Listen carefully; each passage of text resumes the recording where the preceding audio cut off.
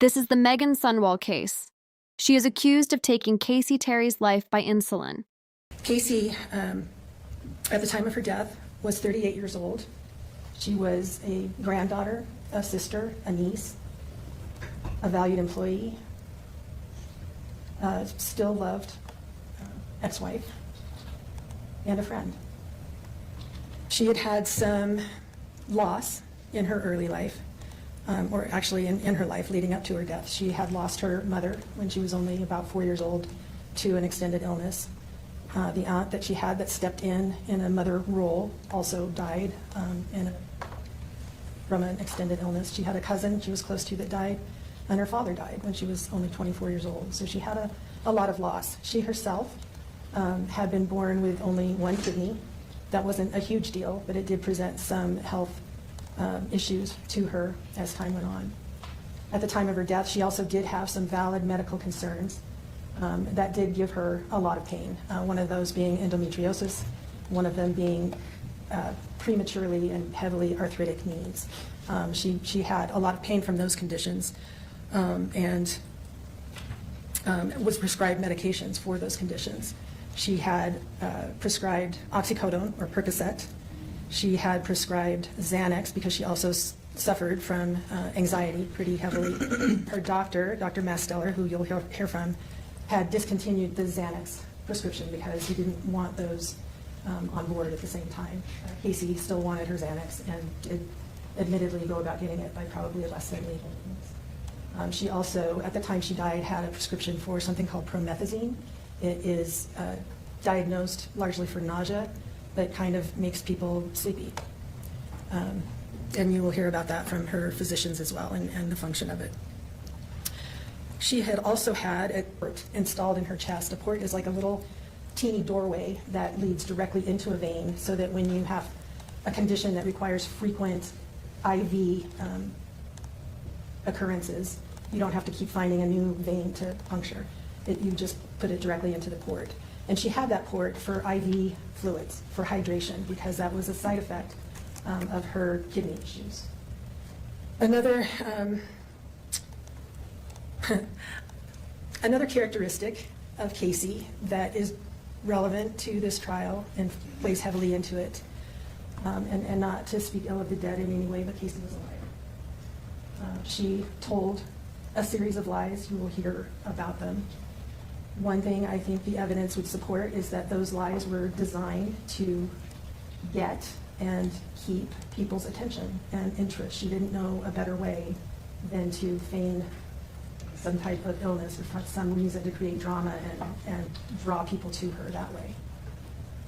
One of those lies, well, let me come back to that. In around this time frame, probably 2013, 2016-ish, Casey met Meggan. They both worked at a facility called Chrysalis in Provo. That is a facility that offers services to people that are developmentally delayed or impaired. Don't these cities sound familiar? Listen to the opening. Similar case to Corey happening right in the same vicinity as Corey's case. 2016, Casey conveyed to Meggan that Meggan, was a beneficiary of Casey's life insurance policy. She showed her documents that indicated there was up to $1.5 million that Meggan was going to be the beneficiary of. That was an ongoing topic between them from about 2019, 2020, all the way up until just a couple months before Casey died. Meggan seeking assurance that that policy was still in effect, and Casey giving her assurances that it was in effect. The truth is, there was no such policy. That was another one of Casey's lies, most particularly including Meggan, that she had cancer. She didn't have cancer. She never did have cancer. But she told that to family and friends, and they all believed her right up until she was hospitalized in that diabetic coma. In 2019, Casey texted Meggan, and this is one of the texts that, from which you could find that Casey was really just seeking care and concern from Meggan. But this text said,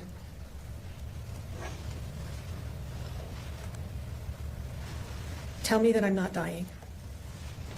And Meggan's response was not offering her affirming words or, live your life to the fullest while you have it or anything like that. She said, I don't know if you're dying or not. I'm sorry. You need to be prepared no matter what happens. This medical port I told you about was installed. Casey portrayed that as being part of her cancer treatment. She told people that that was because of her cancer, and she had home health aides that would come to the house and help her with, doing that IV hydration, IV fluids. She had delivered to her home bags of saline for that purpose, but she told her family and friends that those bags of saline were her chemotherapy. The lie continued to grow. She portrayed to Meggan that she was close to death. She portrayed to Meggan that she was in tremendous pain from cancer and wished to be free of her pain. It was a frequent topic of conversation between the two, and we will show you there are reams of text messages between these two. I think there are something like almost 29,000 text messages. We're not going to show you all of them. That we would be here the rest of the year. But we'll show you some, and there was one in 2020 where Meggan told Casey, there is nothing left for you here. She told her also in 2020, you have so much more for you on the other side. In 2021, she told her, what do you have to live for in this life? I truly believe everything for you is ahead of you, not here. And then another one where she told her with caps, you have to let go. It is past time. Again, this is in the context of Casey's wanting to keep Meggan happy and do what she wanted her to do. And Casey went along with those text messages. She did pretend to be suicidal. She portrayed herself as being interested in ending her pain, the pain that didn't exist for the cancer that didn't exist. At some point, Casey, this was in 2020, Casey was living at Meggan's home also with Meggan's husband lived there too. And their conversations turned towards they discussed different means of ending Casey's life. One of them was a gun. Casey had access to a gun. Another was an overdose of pills. Of course, Casey had access to all of that oxycodone and other substances. They settled on, eventually, insulin. Meggan told Casey around September 1st of 2020 that she had checked with a pharmacist friend of hers and that she would need about 100 units to end her life. 100 units of insulin is a little teeny amount. It's actually only a milliliter. There's 10 milliliters per bottle, so those last diabetics a good amount of time. And Casey's family had a number of diabetics in it. There was insulin available at Casey's home where she lived after she moved out of Meggan's home. Because her uncle lived there as well. He is diabetic. You'll hear from him. Her grandparents lived there, diabetic. And uncle had recently died earlier that year, and he was diabetic too. So there was a lot of insulin, a lot of syringes accessible in that home. So Meggan and Casey discussed the idea of Casey's dying by insulin overdose. Meggan told Casey that it would be easy. She would just fall asleep. And it wouldn't even necessarily be detectable at autopsy because it's a naturally occurring substance. Within a day or two of that discussion, Meggan brought home insulin and stored it in the refrigerator, and then texted Casey a number of times over the next week or so, hey, that insulin's there if you want it. Don't forget the insulin. Are you going to use the insulin tonight? That insulin's still there. Aren't you going to use it? Casey, around that point, had communicated with Kylie that she thought Meggan was trying to kill her. And so Kylie and her husband, they waited until Meggan and her family left town, and they kind of swooped in and moved Casey out of that house. At that point, both Kylie, the sister, and another friend of Casey's saw the insulin in the fridge. Quite honestly, I don't know if Casey really believed at that point that Meggan was trying to kill her. But I do believe that this is another story that Casey used it was drama. It was something to elicit concern from the other people in her life, from Kylie and her friends. Anyway, she moved out of that house. She moved into a basement apartment at her grandparents' home in Highland. And as I mentioned, also living there was the uncle. another uncle initially who died in January of 2024, lived there as well. During that time frame, that did not end the discussions about insulin and insulin overdose. Meggan asked Casey in 2021 if Casey was nervous to do it by yourself. And then she asked her, "You want to know what I would do?" Meggan told Casey that she should draw up everything she had and give it all at once through her port, and then asked, "Do you want me to come over and do it?" Continuing her subterfuge, Casey pretended that she had made attempts using insulin to kill herself. She would text Meggan that she had tried to do it, and she started to, this lie again continued to grow and grow and grow. And the details of it became so outlandish that it appears to be a cry for help. She knew she was making ridiculous claims, Casey, thinking, I believe, that Meggan would catch on and call her on it.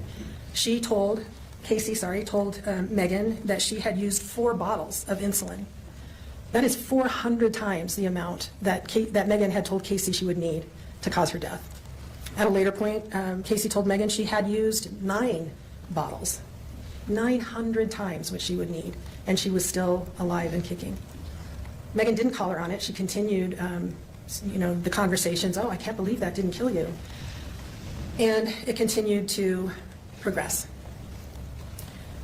Eventually, Casey pretended to be in hospice care, that there were nurses and doctors coming over to her house all the time. She concocted a story about a surgery that her doctor, Dr. Masteller, was going to do for her, arrange for her, that would allow her to absorb medication so she could die. That was one of her stories. Another story, she would send just ridiculous vitals to Meggan, knowing that Meggan was a nurse, and those vitals would be things like a temperature of 75 or a blood pressure of 0/40. Just insane, ridiculous, stupid numbers. And Meggan never called her on it. But these stories continued to grow. Casey fabricated an entire hospice care team, and they would communicate, these fake people would communicate with Meggan through Casey's phone.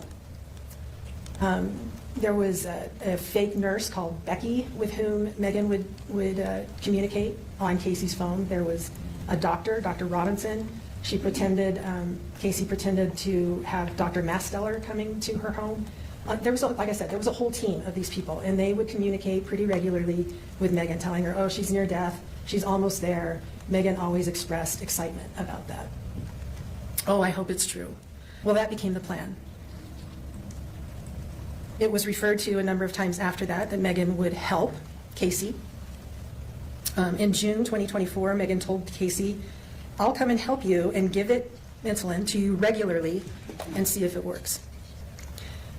Casey came up with another subterfuge, which is that she would tell Meggan, "Okay, I've drawn it all up," meaning I've put insulin into these syringes and it's all ready to go.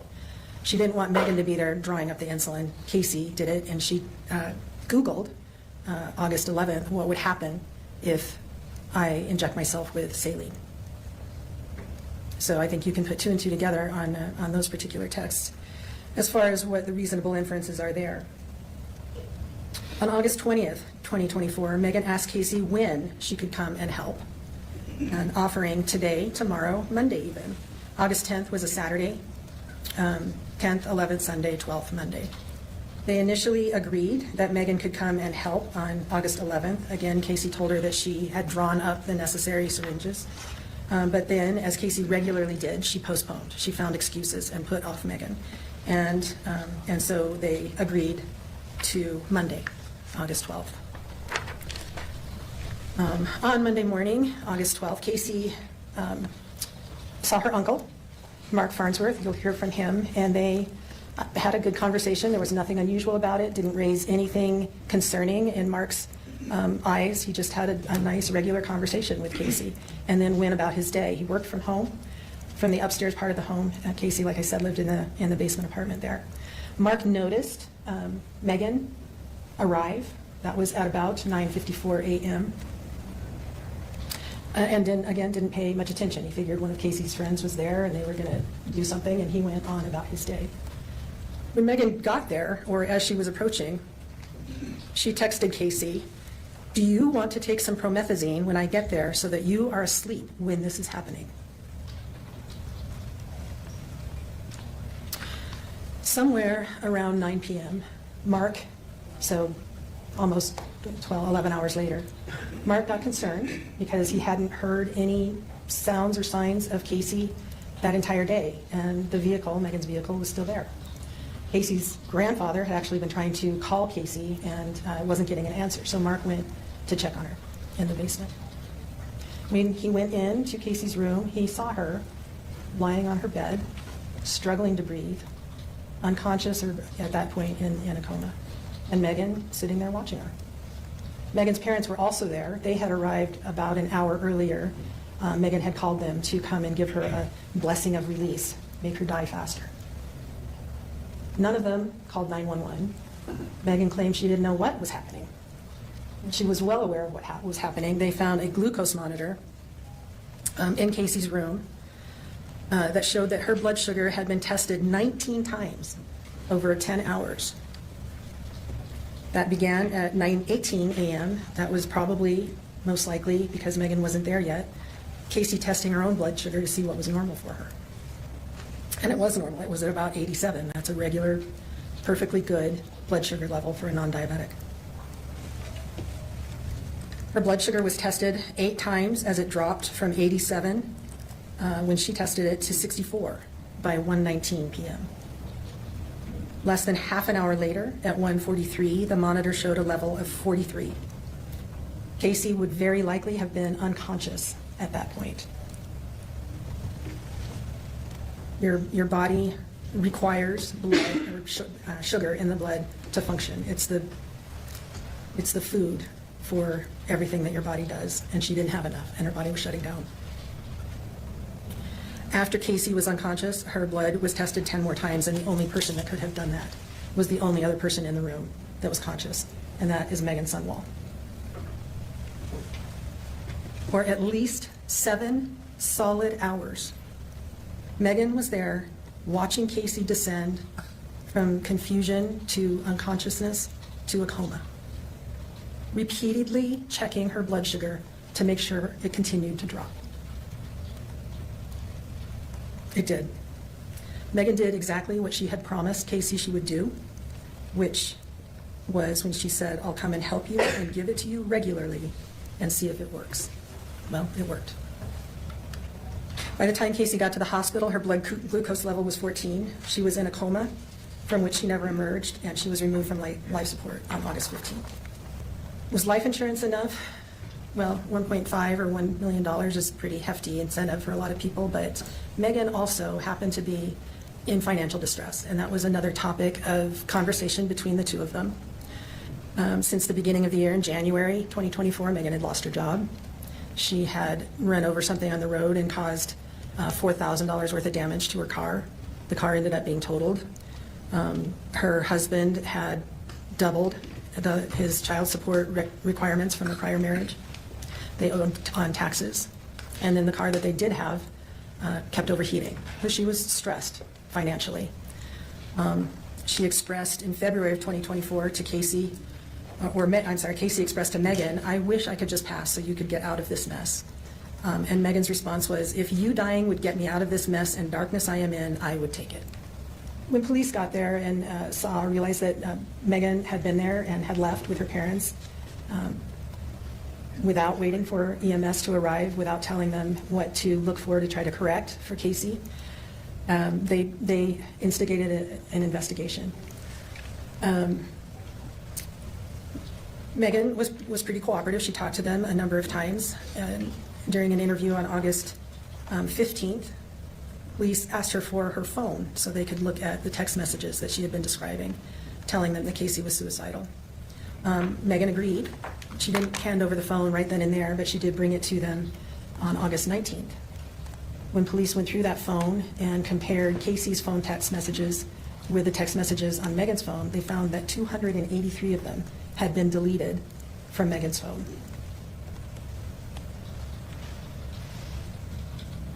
When police asked her about that, she told them that she did it so she wouldn't look like she had done what Kylie was accusing her of, which was murdering Meggan, or Casey, sorry. For deleting those messages, Meggan Sundwall is charged with obstruction of justice. That is simply, I want to make sure I'm saying it right, when someone alters or destroys anything, such as the text messages, with the intent to hinder, delay, or prevent a criminal investigation. That one's the easy charge. The other one is aggravated murder. Aggravated murder happens when somebody intentionally or knowingly causes the death of another and does so with aggravating circumstances.